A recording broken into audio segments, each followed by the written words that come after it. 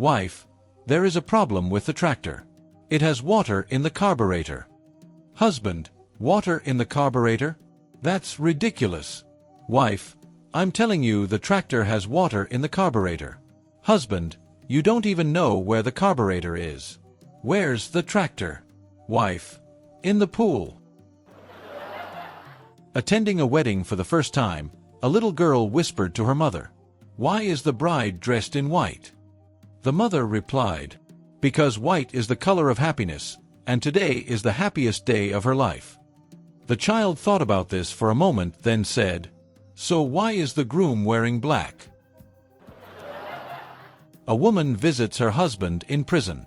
Before leaving, she tells a correction officer, "You shouldn't make my husband work like that. He's exhausted." The officer laughs and says, "Are you kidding? He just eats and sleeps and stays in his cell." The wife replies, "He just told me he's been digging a tunnel for months." A couple are rushing into the hospital because the wife is going into labor. As they walk, a doctor says to them that he has invented a machine that splits the pain between the mother and father. They agree to it and are led into a room where they get hooked up to the machine. The doctor starts it off at 20%, split towards the father. The wife says, "Oh, that actually feels better." The husband says he can't feel anything. Then the doctor turns it to 50%, and the wife says that it doesn't hurt nearly as much. The husband says he still can't feel anything. The doctor, now encouraged, turns it up to 100%.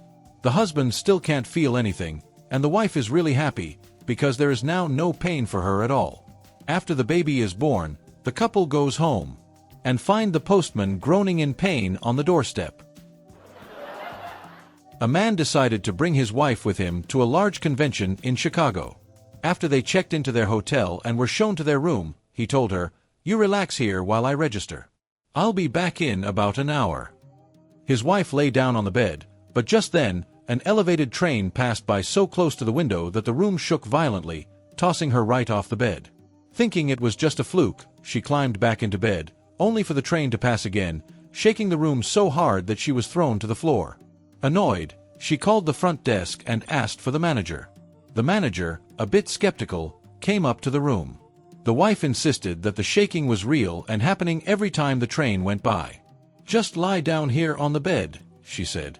"You'll be thrown right to the floor." So, the manager skeptically lay down on the bed. Just then, the husband walked in and looked at the scene with a raised eyebrow. "What," he asked, "are you doing here?" The manager, caught off guard, calmly replied, "Would you believe I'm waiting for a train?" A husband and wife, both in their 60s, were approaching their 40th wedding anniversary. Knowing his wife's love for antiques, the husband surprised her with a stunning old brass oil lamp. As she unwrapped the gift, a genie suddenly appeared, bowing gracefully and thanking them. He then offered to grant each of them one wish. The wife, thrilled by the opportunity, wished for an all-expenses-paid, first-class around-the-world cruise with her husband.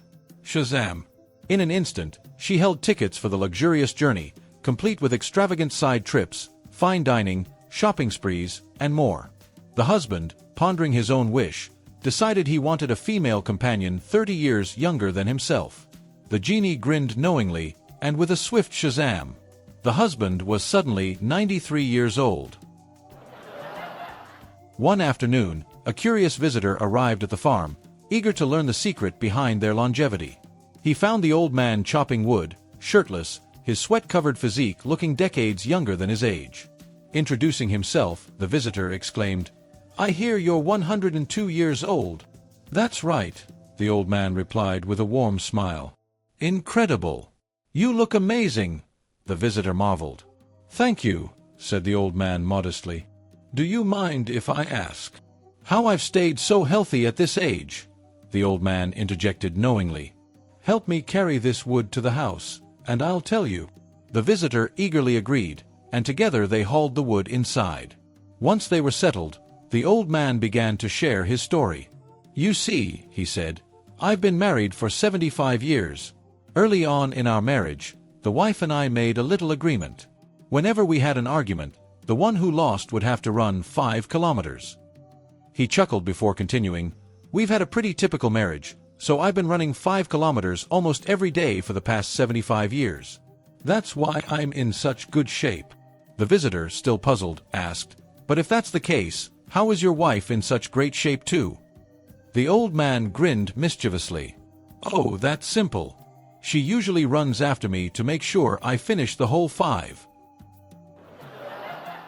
One afternoon, a curious visitor arrived at the farm, eager to learn the secret behind their longevity. He found the old man chopping wood, shirtless, his sweat-covered physique looking decades younger than his age. Introducing himself, the visitor exclaimed, "I hear you're 102 years old." "That's right," the old man replied with a warm smile. "Incredible! You look amazing," the visitor marveled. "Thank you," said the old man modestly. "Do you mind if I ask how I've stayed so healthy at this age?" The old man interjected knowingly. "Help me carry this wood to the house, and I'll tell you."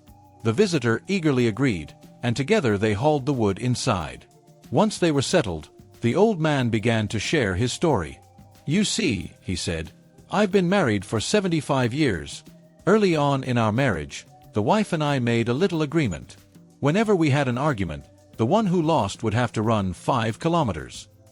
He chuckled before continuing, "We've had a pretty typical marriage, so I've been running 5 kilometers almost every day for the past 75 years. That's why I'm in such good shape." The visitor, still puzzled, asked, "But if that's the case, how is your wife in such great shape too?" The old man grinned mischievously. "Oh, that's simple. She usually runs after me to make sure I finish the whole 5. There was a Packers fan with a really crappy seat at Lambeau. Looking with his binoculars, he spotted an empty seat on the 50-yard line. Thinking to himself, "What a waste," he made his way down to the empty seat. When he arrived at the seat, he asked the man sitting next to it, "Is this seat taken?" The man replied, "This was my wife's seat. She passed away.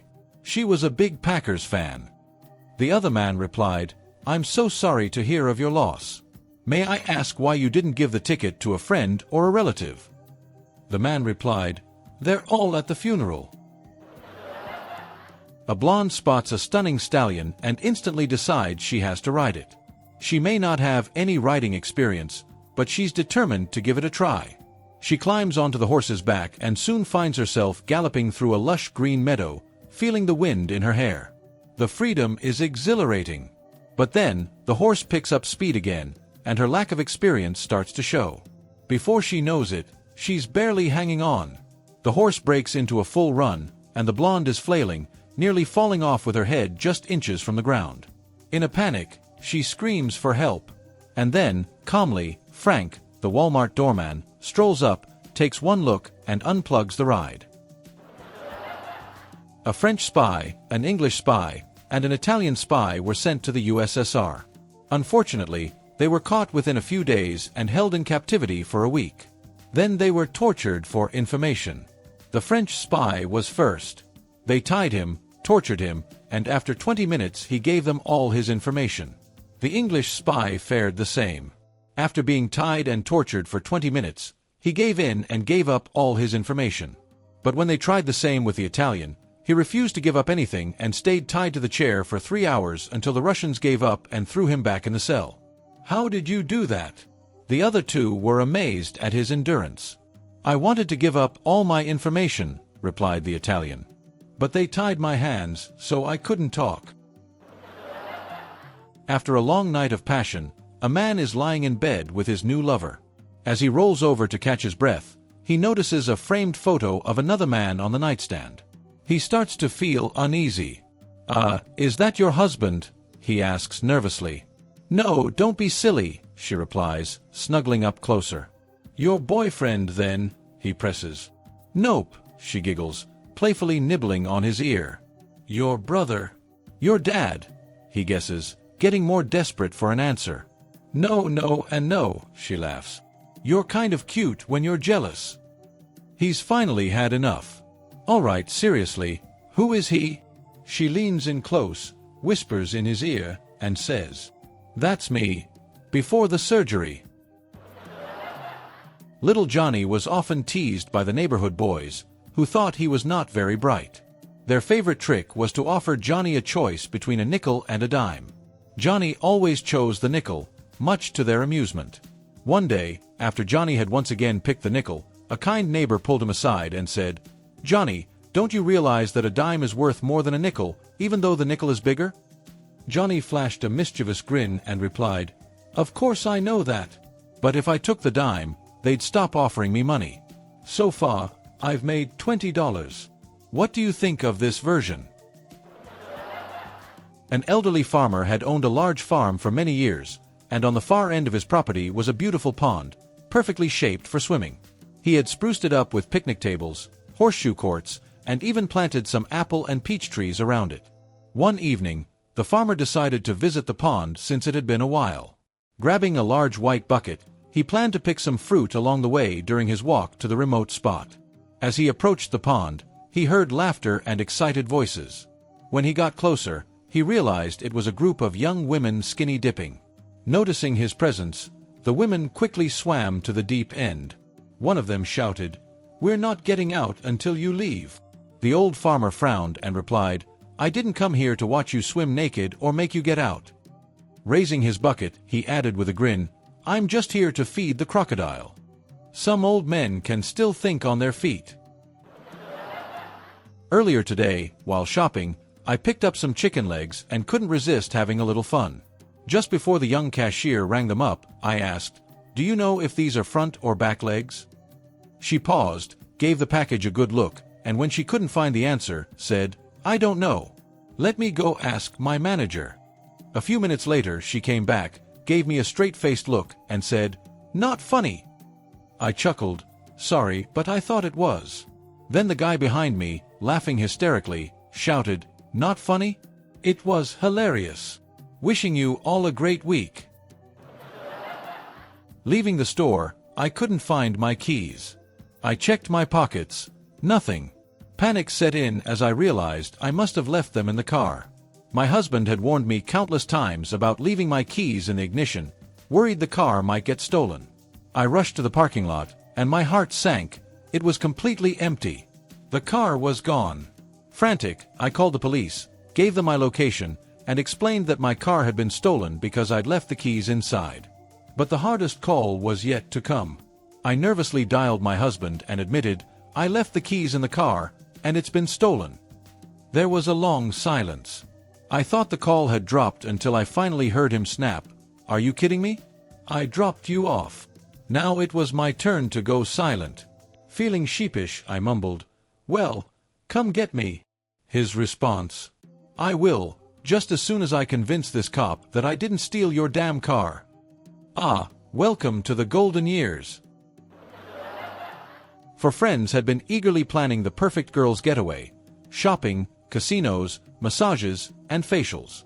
But just 2 days before their trip, Mary's husband put his foot down and told her she couldn't go. Her friends were disappointed, but there wasn't much they could do. When the remaining 3 arrived at the hotel, they were surprised to find Mary already sitting at the bar, enjoying a glass of wine. "Mary," one of them said in shock, "how long have you been here? And how did you manage to convince your husband to let you come?" With a smile, Mary replied, "I got here last night. Yesterday evening, I was relaxing at home when my husband came over, gave me a hug, and told me he had a surprise for me. He led me to the bedroom, which he'd set up with candles and roses, trying to create a romantic atmosphere. Then," she added with a grin, he said, "you've got some time to yourself, so do whatever makes you happy." So I packed my bags, and here I am. Graham Martin is in the hospital. But wait, who's Graham? Graham's the guy who came home late one night, only to be greeted by his wife, Helen, who asked, "Where on earth have you been?" "I was getting a tattoo," Graham proudly replied. "A tattoo?" she questioned with a raised eyebrow. "What kind of tattoo did you get?" Grinning, Graham said, "I got a $100 bill tattooed, down there." Helen, clearly not impressed, asked, "Why would you, a chartered accountant, do something like that?" "Well," Graham started explaining, "for one, I like to watch my money grow. 2, it's always fun to play with my money. 3, I enjoy the feel of money in my hands. And finally, instead of going out shopping, You can stay right here and have fun with $100 whenever you want. Graham is now in the critical care unit, room 233. No visitors allowed, for obvious reasons.